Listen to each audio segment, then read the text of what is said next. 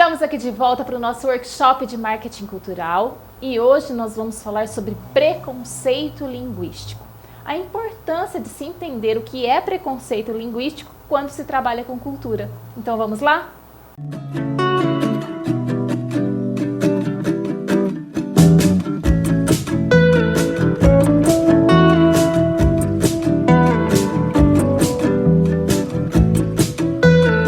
Olá, voltando aos nossos estudos de cultura brasileira, hoje eu trouxe um tema que é muito debatido no curso de letras, no curso de pedagogia, que é o preconceito linguístico.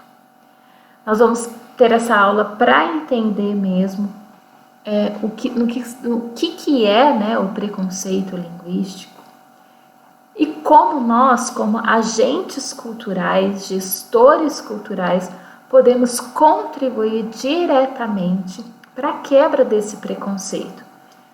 Então você pode ter se perguntado, nossa, mas por que a Sabrina está trazendo uma aula de linguística num curso voltado para agentes culturais, voltado para gestores culturais?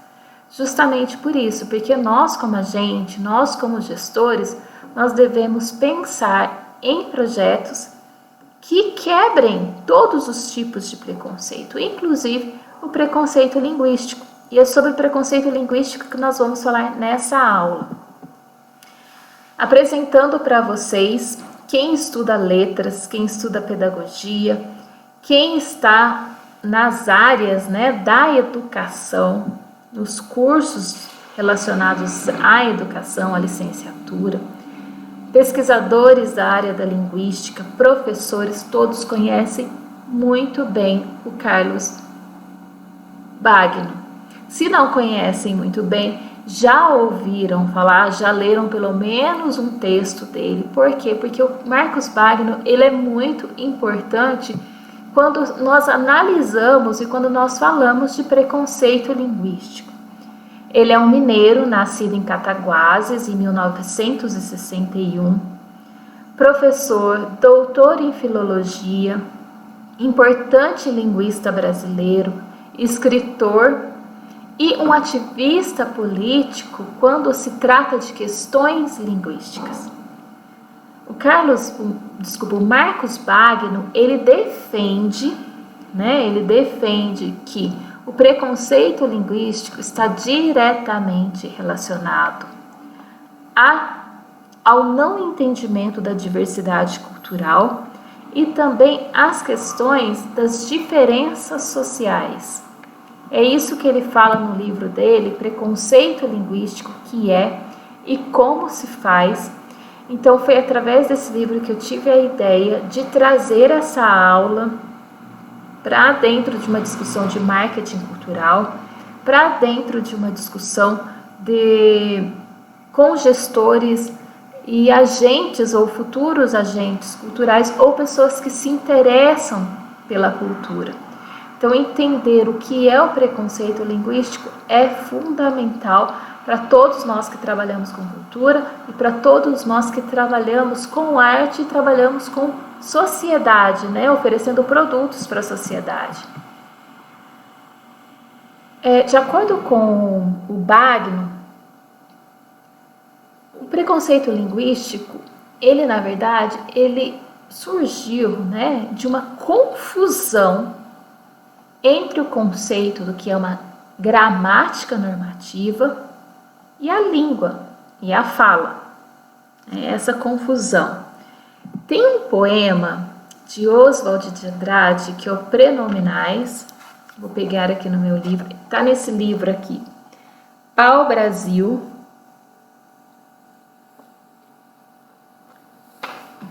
É um poema muito importante, né? Na verdade, Oswald de Andrade é um escritor muito importante quando se trata da análise da cultura brasileira. E esse poema Predominais diz: dei-me um cigarro, diz a gramática, do professor e do aluno e do mulato sabido. Mas o bom negro e o bom branco da nação brasileira dizem todos os dias: deixa disso, camarada, Me dá um cigarro. Eu amo este poema. Ele, em poucas palavras, né, na genialidade de Oswald de Andrade, ele coloca em questão aqui a diferença entre a gramática normativa e a língua falada no nosso dia a dia. Então, o uso do pronome, né, no início de uma frase seria dei-me um cigarro, conforme a gramática do professor e do aluno e do mulato sabido. Mas a gente do cotidiano, o bom negro, o bom branco, ele diz aí, deixa disso, camarada, me dá um cigarro aí. Nós usamos diariamente, né, o pronome no início da frase, né, o me dá isso, me empresta aquilo. É muito difícil a gente dizer dei-me, né, empresta-me. Quando nós vamos escrever um texto, sim, né, quando a gente vai defender um artigo, quando a gente vai escrever uma carta, um e-mail formal, usamos a gramática normativa, mas no nosso cotidiano a gente usa a língua mesmo, a língua falada, a gramática mesmo do nosso dia a dia, que não é a gramática normativa. Então, a gramática normativa, ela dita e prescreve regras gramaticais de uma língua e é uma gramática aprendida na escola. É uma gramática de extrema importância, como eu disse. Se você vai escrever algo, né, escrever uma dissertação, você vai escrever um artigo, você precisa ter conhecimento da gramática normativa, porque essa gramática normativa, ela prescreve, ela dita as regras, né? Uma regra comum do que aquilo é certo ou errado dentro da gramática normativa. Mas quando a gente está falando de fala, de língua, né? A partir do momento que há uma estrutura frasal ali, tem a presença do sujeito, do verbo, do objeto, e você entende a comunicação, né, nessa formação sintáxica, a língua, a fala, ela não tem muito certo ou muito errado, né? Não existe o certo ou o errado. Tanto porque muito da fala, da língua, ela é uma coisa viva e ela é parte do cotidiano do humano, né? Ela é parte das relações humanas e ela é diretamente influenciada pelo meio, diretamente influenciada pelo meio cultural que o sujeito está inserido. Então não existe muito esse negócio certo ou errado na fala nossa do dia a dia, na nossa gramática cotidiana, vamos dizer assim. O Wagner ele diz que o não entendimento da diversidade social gera um preconceito linguístico também. O Renato Ortiz, no seu artigo Cultura e Desenvolvimento, que está na revista Políticas Culturais, né? Políticas Culturais em Revista, ele diz praticamente, ele explica o que seria essa diversidade cultural, né? Então, para a gente entender o que é diversidade cultural, seria as línguas e os dialetos locais, as práticas alimentares, rituais e crenças, vestimentas e costumes, estruturas sociais, formas de tratar a terra para o plantio.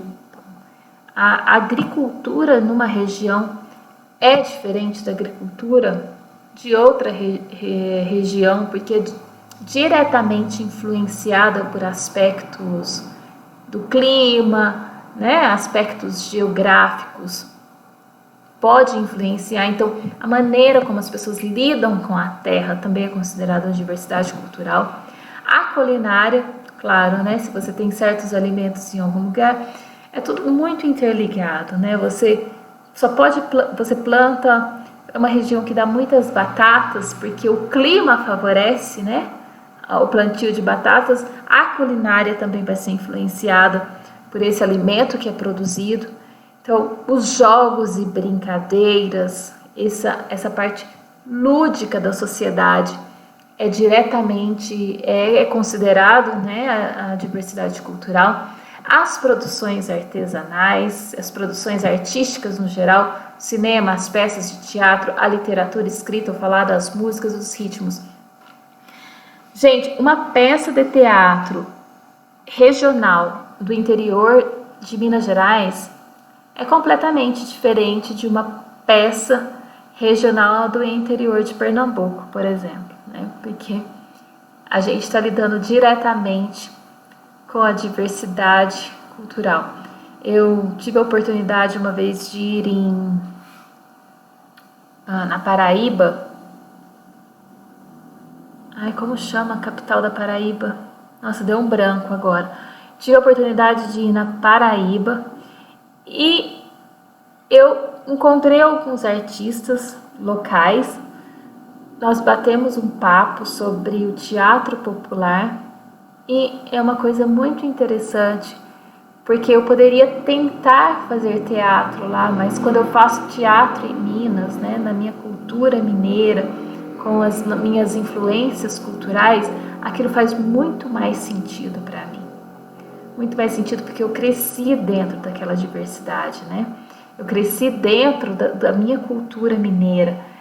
Então, o entendimento da diversidade cultural é justamente isso, você saber que existem outras culturas, outros modos de viver e se reconhecer, saber qual que é o seu também, e se misturar, e conversar, e trocar informações. E saber que todas as produções artísticas, o cinema, a literatura escrita ou falada, o modo como as pessoas falam, é diretamente ligado aonde elas crescem, onde elas vivem, a família, né, a família delas. Então, a diversidade cultural, ela impacta também diretamente a maneira como pensamos e vemos o mundo. Não somente como nós expressamos, né, mas como nós entendemos o mundo. O mundo, ele passa por mudanças e transformações todo o tempo. Regiões sofrem influência de outras regiões e assim vão formando novas identidades. A globalização, nós já falamos de globalização com Milton Santos, mas para relembrar aqui, a globalização ela difere do que nós pensamos, que não é um evento que aconteceu com a era da internet, né? As grandes navegações, colonizações, imigrações, migrações promoveram essa mestiçagem, promoveram esses encontros, né? Então, essa globalização que vem vindo ao longo dos tempos, ao longo do tempo, né, que foi evoluindo, ela promoveu uma mestiçagem e uma formação, como é a formação do povo brasileiro. Então, essa mistura de diferentes povos compõe o que nós podemos chamar de diversidade brasileira. E nós, como agentes culturais, temos que entender, né, essa diversidade brasileira, que influencia diretamente, né, na diversidade linguística. Não tem como separar a cultura da língua, elas andam juntas, né? Nós falamos, quando nós falamos de conceito de cultura, sobre isso também, que a língua ela faz parte de uma manifestação cultural. Então, as mudanças e acontecimentos influenciam diretamente na cultura. E o conceito de diversidade, ele vem vindo discutido, né? Ele vem sendo discutido ao longo desses anos. As novas interpretações e esclarecimentos deram mais relevância, né, na diversidade e no desenvolvimento de uma sociedade. A diversidade ela está diretamente ligada ao desenvolvimento de uma sociedade. E como eu disse, nós, como gestores e agentes de cultura, precisamos entender o que está sendo discutido para conseguirmos, né, propor ações que valorizem a diversidade e combatam o preconceito linguístico.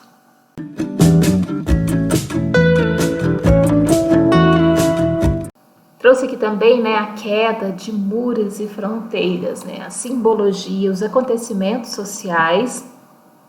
Por exemplo, o Muro de Berlim ele foi construído dentro de uma cidade alemã, a cidade de Berlim, e ela representava a divisão do mundo, Olha que interessante, era um muro que passava dentro de uma cidade, mas que representava, né, que tinha a representação da divisão do mundo entre os mundos, né, o bloco ocidental e o bloco oriental. A queda do muro, ela trouxe uma visão do mundo, né, trouxe uma visão para o mundo, nos trouxe a visão que os muros devem ser derrubados. E a interação entre pensamentos e culturas devem ser promovidos. Então, esse muro que passou dentro dessa cidade, que simbolizou uma coisa tão forte no mundo, né, que é a divisão entre o bloco ocidental e o bloco oriental, trouxe também uma simbologia ainda muito mais forte, né, uma visão ainda muito mais forte, que é a derrubada desse muro é com o intuito de promover a interação entre os pensamentos e culturas. E com o avanço da internet, a visão de um mundo sem fronteiras ela ficou ainda maior, né? Trazendo mais reflexão sobre a conceituação de território como fator delineador para a identidade cultural de um indivíduo. Então, ao mesmo tempo que nós temos a globalização, que traz essa ideia de um mundo sem fronteiras, isso também trouxe, né, a conceituação de território, né, a reflexão sobre o conceito de território como identidade cultural de um indivíduo.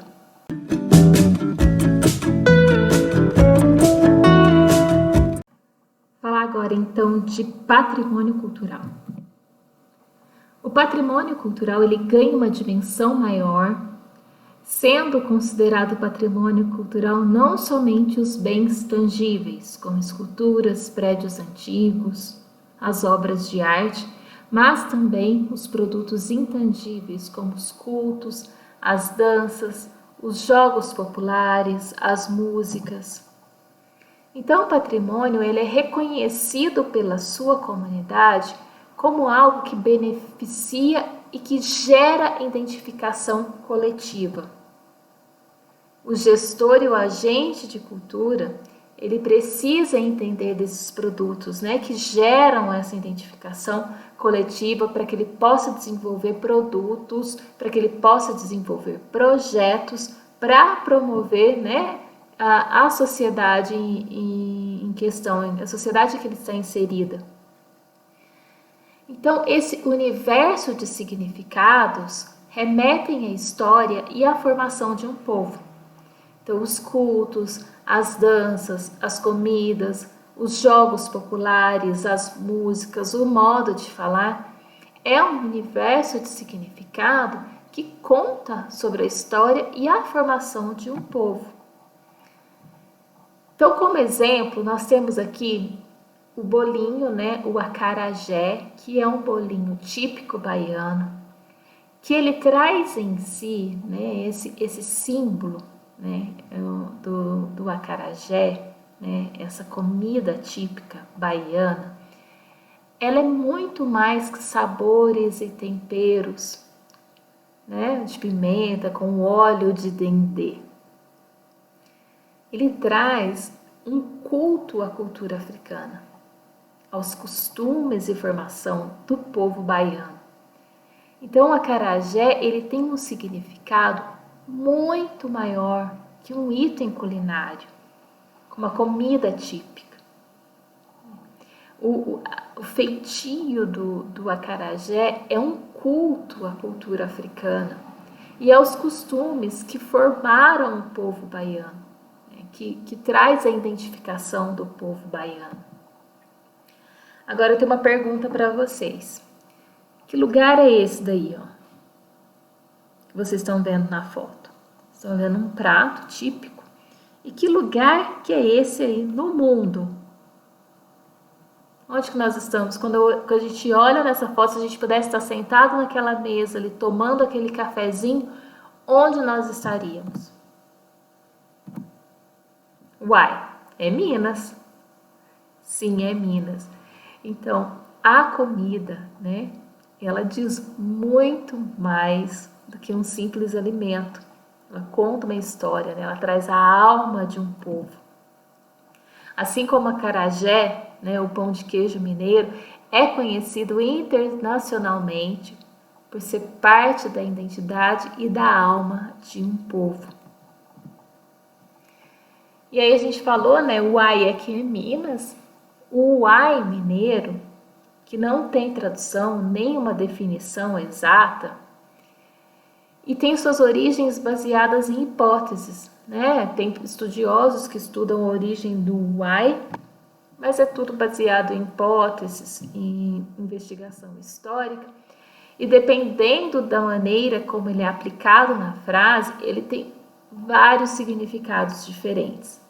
Então é uma expressão típica, é muito difícil encontrar um mineiro que não fala uai, né? Uai. E o uai, dependendo da entonação, dependendo do contexto, ele tem vários significados diferentes. O uai é um patrimônio cultural, por quê? Porque ele representa o povo de Minas na sua mais pura essência. E o uai, ele remete à maneira como o povo fala e se expressa. Então, ele é um patrimônio cultural, né? É uma palavrinha com três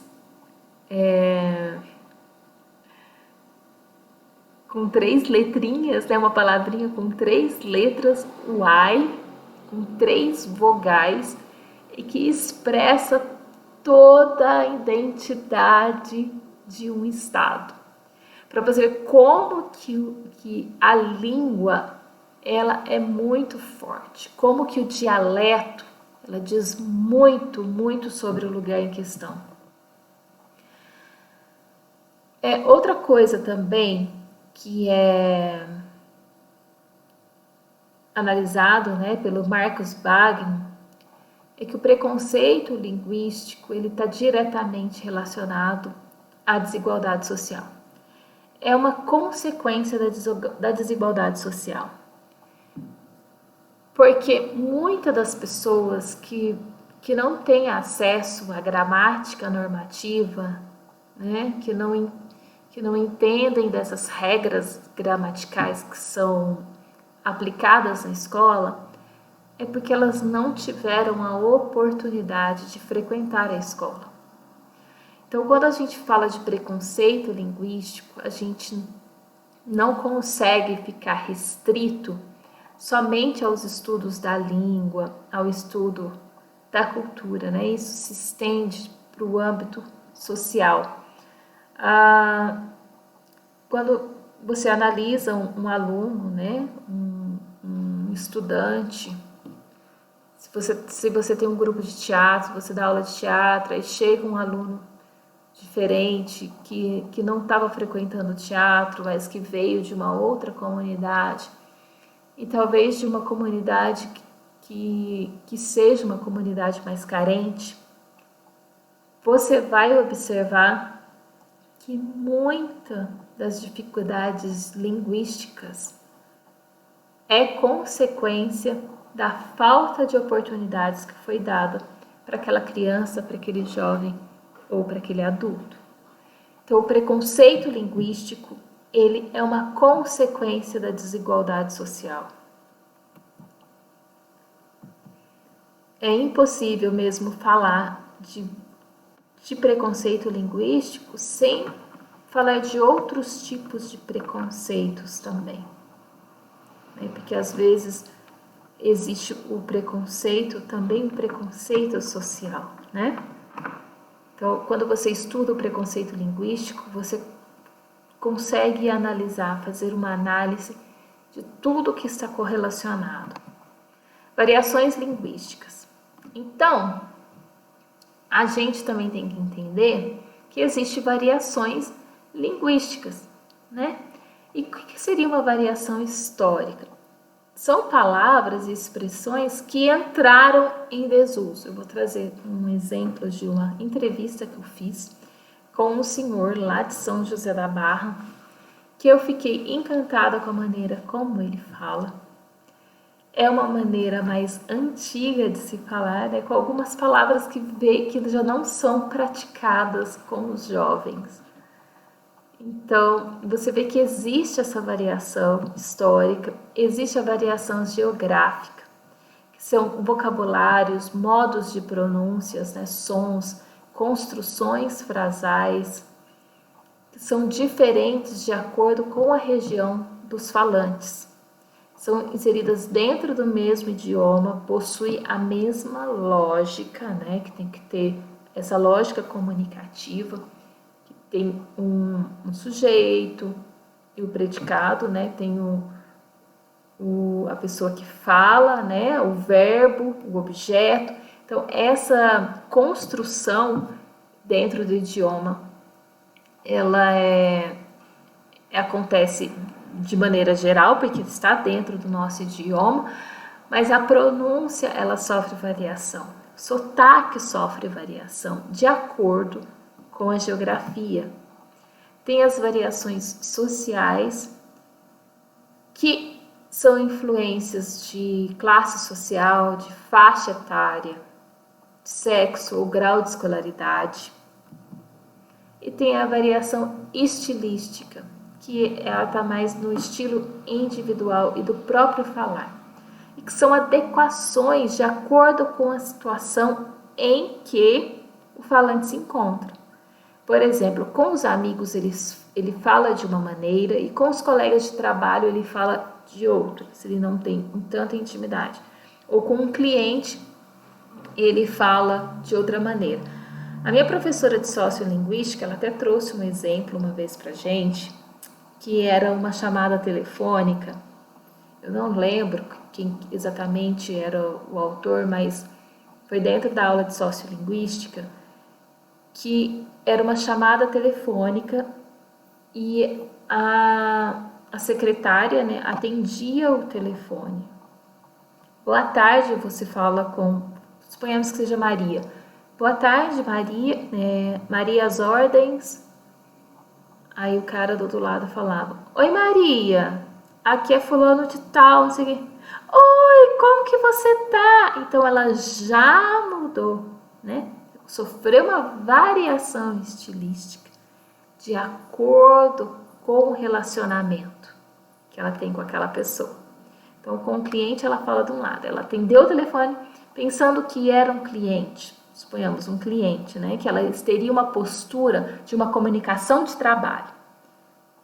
Quando ela ouviu que era a voz do amigo, ela já mudou.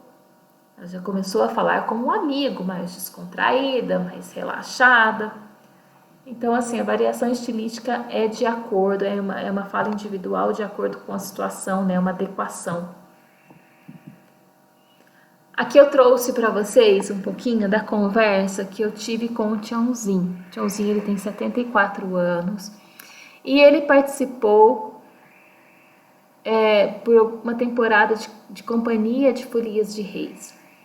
Então eu estava conversando com alguns senhores de São José da Barra sobre a Folia de Reis e essa foi a entrevista que eu tive com ele. Eu tive o cuidado de retratar a entrevista exatamente como ele falou, porque foi algo que me chamou muita atenção. Era como se fosse um acalento mesmo para o coração ouvir ele falar, sabe?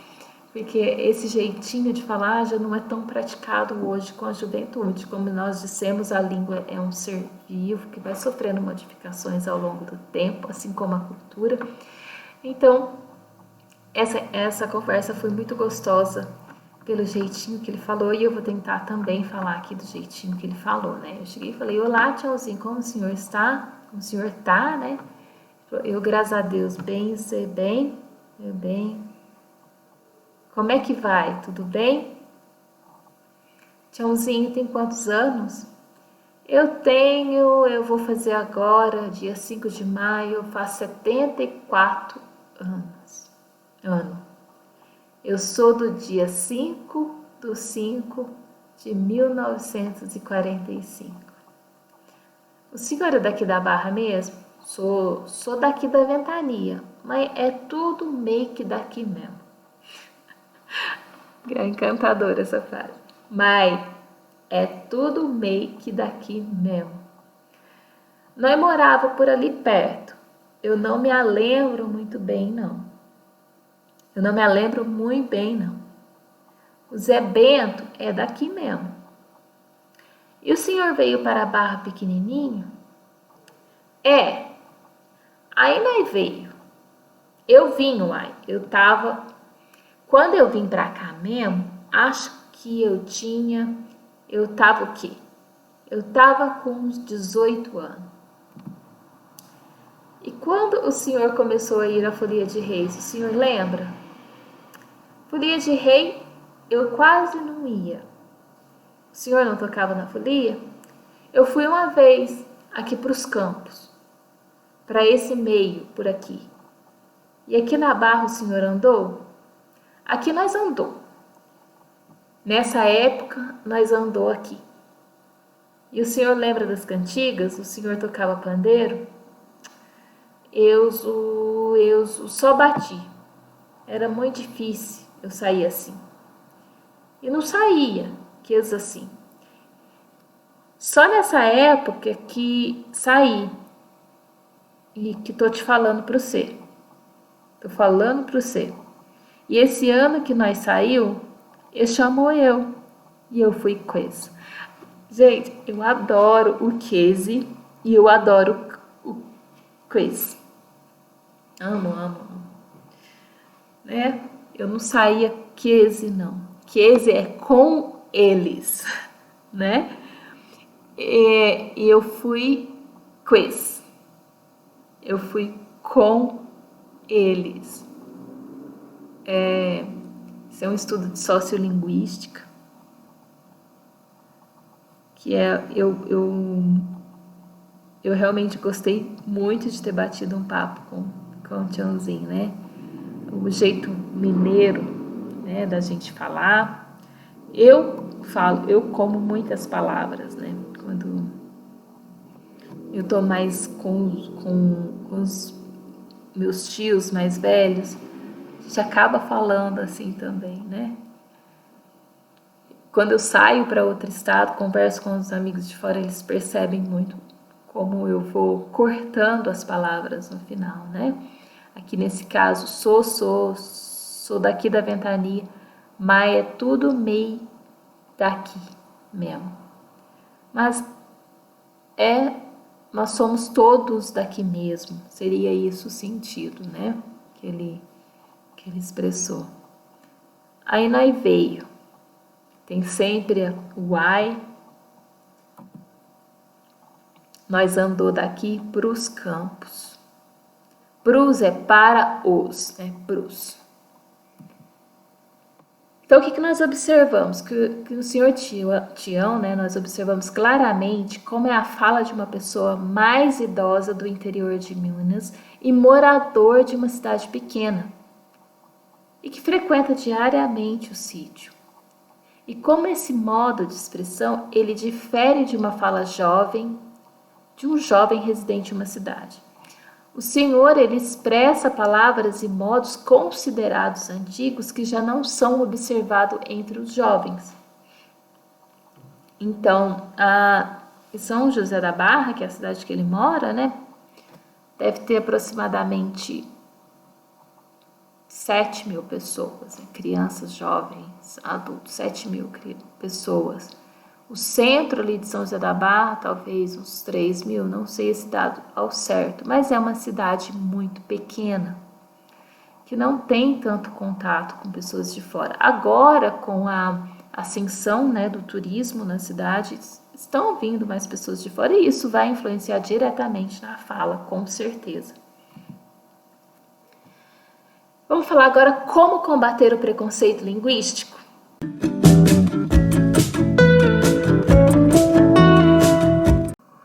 Como combater o preconceito linguístico? Isso é na minha opinião. Tá? Gente, tem outros autores, outros estudantes que propõem coisas diferentes, mas na minha opinião, como combater o preconceito linguístico? Para nós que somos gestores e agentes culturais. Então, nós, gestores e agentes culturais, agentes na área da cultura, nós precisamos, antes de tudo, entender o que é o preconceito linguístico no Brasil. Então, compõe a natureza do preconceito social e cultural que vivemos no nosso dia a dia. Ou seja, é impossível falar de manifestação de preconceito linguístico sem associá-la diretamente a uma manifestação de preconceito de cunho socioeconômico, religioso, cultural, regional, de gênero ou opção sexual. Então, nós, agentes e gestores, precisamos, antes de tudo, entender isso, que o preconceito linguístico, ele caminha junto com o preconceito socioeconômico, religioso, cultural, regional, né? Isso que não foi eu que falei, tá, gente? A minha sugestão vai ser como combater o preconceito linguístico. Essa, na verdade, foi uma pergunta que uma professora fez para mim, minha professora de sociolinguística. Ela perguntou: você como professora, como você combateria o preconceito linguístico? E aí eu resolvi trazer isso para a temática de gestão cultural. Você como gestor cultural, você como agente cultural, como combater o preconceito linguístico? O Brasil, ele é um país de grande extensão demográfica, né? E ele possui uma formação cultural que sofreu diversas influências. Então, a colonização, diversas imigrações, pessoas de diferentes países vieram para o Brasil e continuam vindo. O Brasil é muito diverso, isso faz da gente um país realmente muito bonito. E essas influências japonesas, coreanas, italianas, africanas, alemãs, holandesas, né? E todas as outras, né, nacionalidades que vieram para o Brasil influenciaram, e essas influências refletem todo o comportamento social e na nossa expressão artística e na nossa comunicação. E a maneira de falar é indivisível dessas expressões. Então, a maneira como nós falamos é indivisível de toda a expressão do comportamento social e da expressão artística. Então, eu trouxe o exemplo: o povo nordestino tem uma musicalidade, um ritmo, né, uma culinária, como nós já falamos do acarajé. Claro que o Nordeste não é só acarajé, né? O Nordeste é uma imensidade de diversidade cultural. Então, mas um exemplo, né? A culinária, a maneira de dançar, a arte visual também reflete nos sotaques e nos dialetos. Tem uma música que eu amo, que é o Capim Guiné, de Raul Seixas. Gostaria de ler aqui, né? Ler a música. Plantei um sítio no sertão de Piritiba, 2 pés de guataíba, caju, manga e cajá. Peguei na enxada como pega um catingueiro, fiz acero, botei fogo. Vai ver como é que tá. Tem abacate, genipapo, bananeira, milho verde, macaxeira, como diz no Ceará, cebola coentro, andu, feijão de corda, 20 porco na engorda até o gado no currá. Com muita raça, fiz tudo aqui sozinho, nem um pé de passarinho veio à terra semear. Agora veja, compadre, a safadeza. Começou a marvadeza, todo bicho vem pra cá. No planto capim guiné pra boi abanar rabo. Eu tô virado no diabo, eu tô retado por você. Tá vendo tudo e fica aí parado, né?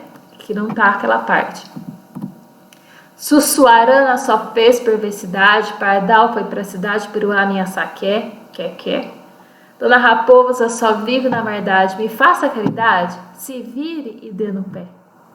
Sabe que trepado no pé da goiabeira, sariguê na macaxeira, tem em teta mandoá.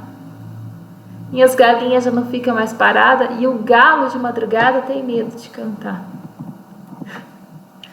É muito boa essa música, né? Essa música aqui é uma música de análise sociolinguística. É uma música,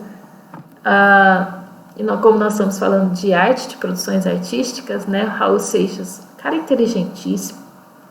grande poeta, grande pensador brasileiro, ele escreveu essa música pensando naquele sertanejo, né, que plantou seu sítio lá no sertão de Piritiba, com todo cuidado, e começou a marvadeza. Né? Então ele traz a maneira como o pessoal fala. É muito interessante que ele fala, tem abacate, jenipapo, bananeiro, e macaxeira, como diz o Ceará, né? Essa variação aqui, da maneira como chamam a mesma coisa, né? Aqui pra gente é mandioca, lá é macaxeira. Agora veja, compadre, a safadeza, começou a marvadeza. Tem até no currá, né, abanar, ele traz a palavra mardade. Tem intetamanduá, intetamanduá. Aqui em Minas a gente usa o inté para falar até logo, né? Inté, te vejo depois, né? Aqui nessa música ele usou o inté como até. A gente usa até logo, né? Ele usou inté, tem mais o tamanduá, né? Está disponível em letras, né? letras.music.br. Então o sertanejo, ele possui um modo de falar que condiz com o seu comportamento ao redor do mundo, como a gente viu na música Capinguiné. Então a maneira como ele fala reflete o seu comportamento e a sua visão de mundo. Outra música muito estudada em sociolinguística é a música Cuitelinho, que é uma composição atribuída a Antônio Chando, que é um folclore recolhido por Paulo Vanzolini. É uma música que não sabe o verdadeiro autor, né? Porque é uma música popular, é uma música que veio do folclore. Então o Cuitelinho diz: cheguei na beira do porto, onde as ondas se espalham. Onde as ondas se espalham, as garças dá meia volta e senta na beira da praia. E o Cuitelinho não gosta que o botão de rosa caia, ai, ai, ai, ai. Aí quando eu vim da minha terra despedida parentalha, eu entrei no Mato Grosso, dei em terras paraguaias, lá tinha revolução, enfrentei fortes batalha, aia, aia. A tua saudade corta como aço de navaia. O coração fica aflito, bate uma outra faia, e os olhos se enchem d'água, que até a vista se atrapalha. O Cuitelinho é uma das músicas mais populares do folclore nacional. É um hino da cultura popular, devido a essa variação linguística, né, que expõe o modo que o caboclo sertanejo, o homem simples do interior do Mato Grosso, expressa os seus sentimentos através das palavras. Cuitelinho significa beija-flor, né, como nós falamos da macaxeira e da mandioca, é um outro nome para o beija-flor. E os verbos e os termos são apresentados na canção. Os termos e os verbos, eles são apresentados na canção como eles são popularmente falados. O espalha é o espalha, batalha é batalha, né? E uma coisa muito interessante dessa música é a conjugação de número, né? Conjugação de plural. Então ele fala as garça. E o que seria essa as garça, né? Você sabe que é mais de uma, porque ali no artigo já está expressando que é mais de um. Não tem a conjugação de número, né? As garças, não está aplicado o plural, mas ali você já ouve a comunicação, você sabe que é mais de uma garça. Se você voltar na música aqui, você tem as garças, as onda, onde mais?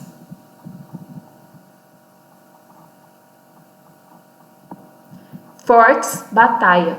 Então, a aqui você já sabe que não é só uma batalha, né? Foram mais de uma batalha, porque ele conjuga somente a primeira palavra, né? A segunda ela não vem correlacionada, ela não vem conjugada. Eu acho essa música muito interessante também por causa disso, porque não deixa de estabelecer o sentido, não deixa de estabelecer a comunicação por não estar aplicado a uma gramática normativa, por não estar dentro das regras da gramática normativa, a comunicação continua acontecendo. E tem expressões regionais como dar meia volta, ou seja, a garça dá meia volta, ela recua e não segue o voo. Então, só reforçando, o que é importante para a gente entender? Entender que não seria possível todos falarem da mesma maneira, já que vivemos de maneiras diferentes. A fala é uma propriedade individual e também de um grupo de pessoas, de uma comunidade. A fala, ela reflete a alma desses grupos. O entendimento da diversidade é um grande passo para combater o preconceito linguístico. Então, quando a professora perguntou, Sabrina, o que você faria para combater o preconceito linguístico? Eu acho que é o entendimento da diversidade, né? E trabalhar a arte trabalhar entendendo essas diversidades, né? A manifestação artística dessas diversidades. Então, o contato com as diferentes manifestações de arte pode levar ao entendimento da diversidade como um todo, inclusive da linguística. E a proposta seria desenvolver projetos que promovam a diversidade cultural e divulgar sobre as manifestações artísticas e como elas foram produzidas e o porquê delas estarem ali é uma ferramenta de combate ao preconceito linguístico e promover projetos, peças de teatro, exposição, né, um combate de rap, entre outras manifestações artísticas que provoquem o entendimento que não existe fala ou expressão erradas, e sim diferentes e de mesmo valor, pois se trata de identidade diferente de um povo. E o respeito, ele vem da forma natural com a educação social. Então, eu acredito que o respeito ele vem de forma natural através da educação social. Temos outra referência aí para essa aula, né, que foi as anotações da disciplina de desenvolvimento do curso de pós-graduação do SENAC, que foi ministrada pela professora Ana Laura Tadei, o curso que eu fiz no Centro Universitário do SENAC. Tinha uma coisa que eu gostaria de falar, eu não estou lembrada aqui agora. Se eu lembrar, eu falo numa próxima aula, eu falo numa próxima oportunidade. Mas é a importância mesmo de entender o preconceito linguístico e como nós, como gestores, né, gestores culturais, a gente pode trabalhar diretamente para ajudar nesse combate mesmo, né? Promover a diversidade e combater todos os tipos de preconceito. Ficamos por aqui, até a nossa próxima aula.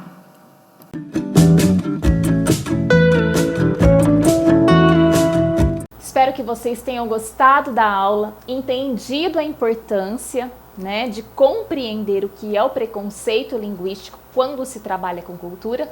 Na próxima aula, nós vamos falar um pouquinho sobre léxico. A gente se vê lá.